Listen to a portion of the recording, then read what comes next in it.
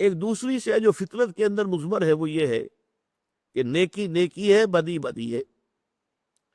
جیسا کہ میں نے اس وقت عرض کیا تھا، بدیہیات فطرت جنہیں ہم کہتے ہیں، جو چیزیں بالکل از خود روشن ہیں، از خود واضح ہیں. آفتاب آمد، دلیل آفتاب. سورج طلوع ہو گیا، اپنے وجود پر وہ خود دلیل ہے.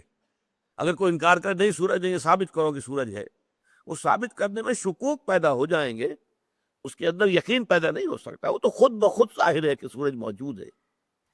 اسی طریقے سے جو بدیہیات فطرت ہے، کہ جو بالکل سیلف ایویڈنٹ چیزیں ہیں، ان کو ثبوت جو ہے درکار نہیں ہوتا. اس کی طرح کی ایک شے یہ ہے کہ فطرت انسانی کے اندر یہ مورل لا یہ موجود ہے.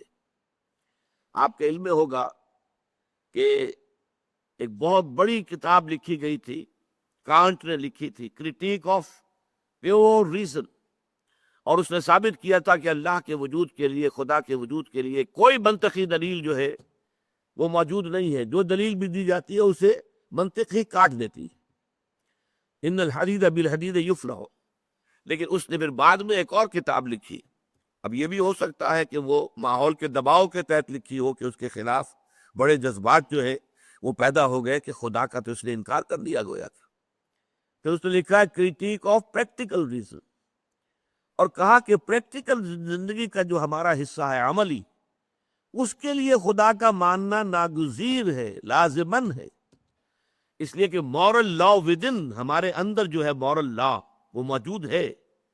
The starry heavens above and the moral laws within. ہمارے سروں کے اوپر جو ستاروں بھرا آسمان ہے، یہ اللہ کے وجود پر شاہد ہے. منطق سے ثابت نہیں ہوتا اللہ، لیکن اللہ تعالیٰ ان آیات کے حوالے سے ثابت ہوتا ہے. اور مورل لا ودن، یہ مورل لا کہ خیر خیر ہے، شر شر ہے، نیکی نیکی ہے، بدی بدی ہے، اچھائی اچھائی ہے، بھلائی بھلائی ہے، برائی برائی ہے. اس میں بھی اگر کوئی شخص ثابت کرنا مطالبہ کرے، ثابت کرو. ثابت کرو کہ سچ بولنا اچھا ہے، ثابت کرو کہ جھوٹ بولنا برا ہے، تو اس بحث کے اندر تو الجھ تو جائیں گے، بات حل نہیں ہوگی.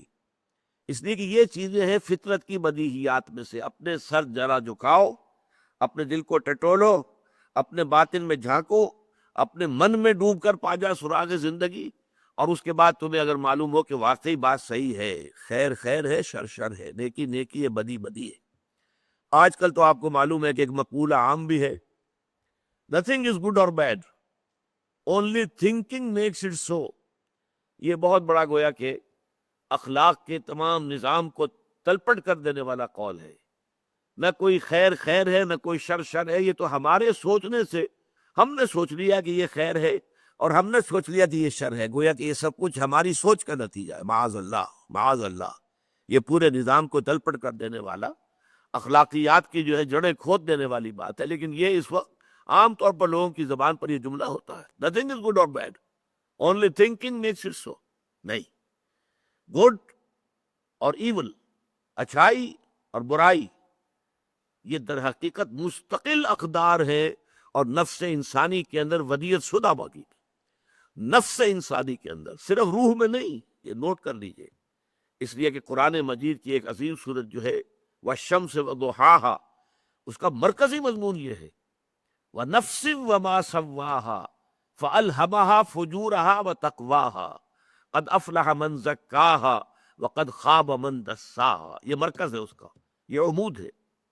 شاہد ہے وہ نفس، یا قسم ہے اس نفس کی، اور جو اللہ نے اس کو بنایا، سنوارا، تصفیہ کیا، اسے درست کیا، نک سک سے درست کیا، اور پھر اس میں الہامی طور پر فجور اور تقوی کا علم کہ یہ بات اچھی ہے، یہ بری ہے، یہ تقوی کی بات ہے، اور یہ فجور اور فسوق کی بات ہے.